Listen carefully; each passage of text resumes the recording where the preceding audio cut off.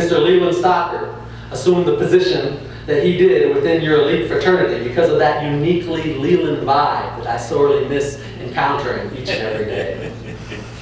You people have chosen one of the most noble arenas possible, educating our kids. And while many of you may not work with students on a daily basis, your work is no less important.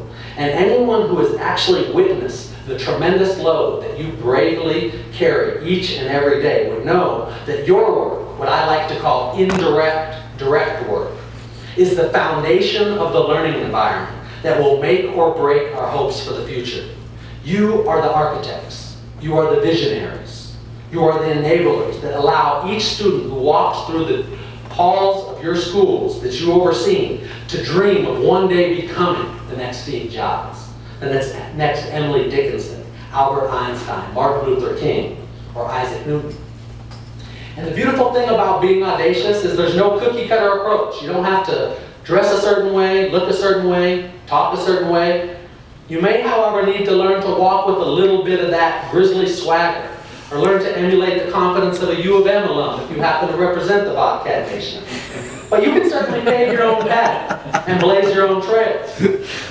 Lately, I find myself uttering the words of our Secretary of Defense, Robert Gates, who said, "To avoid criticism, say nothing, be nothing, do nothing." Creating a culture and philosophy that emphasizes the power of love and personal growth over wins and losses in an often winning-obsessed community 3 years after they hung their state championship banner ranks right up there with starting a nonprofit as one of the most daunting things I've ever embarked upon. During a particularly tough spell, during one of our best runs as a team, I was catching more flack from a few parents than normal who didn't think their kids were receiving enough varsity time. And the president of our school board at the time gave me a beautiful Latin quote that still hangs in my office today and reads, "Don't let the bastards grind you down."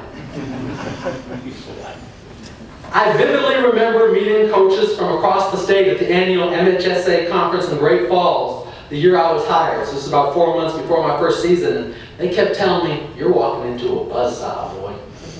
I imagine you have all faced similar challenges walking into a district that needs to change, in a community nostalgic for its glory days. Hell, all they wanted to see in Gardner was that run-and-gun tempo that took them to 2 state championship games and made them a powerhouse. And here I was, knowing we didn't have the personnel to play that style of ball. So I went against the grain and built a program around some Big Ten grinded-out style of basketball with complex of defensive schemes and a tempo-controlling continuity offense that had people calling for my head 3 games into my first season. But whether building a school or a basketball program or a school district, we have to remain flexible. System coaches and administrators may work at the university level or when everything plays out advantageously. But here in Montana, our ability to adapt and mold our system and core values around the cards that we are dealt, while remaining true to our convictions, while not always popular, may be the only way to inspire a lasting legacy without selling our souls. Robert Gates, to avoid criticism, say nothing, be nothing, do nothing. I want to challenge you all to do just the opposite. I was once told by one of the best editors that I've had the privilege of working with that one must develop the skin of a rhino if they wish to write for public consumption. It would be impossible for you to make it as far as you have as a true public servant without developing a thickening of your epidermis. But it doesn't lessen the struggle of achieving something important. In the words of Mark Twain, keep away from people who belittle your ambitions.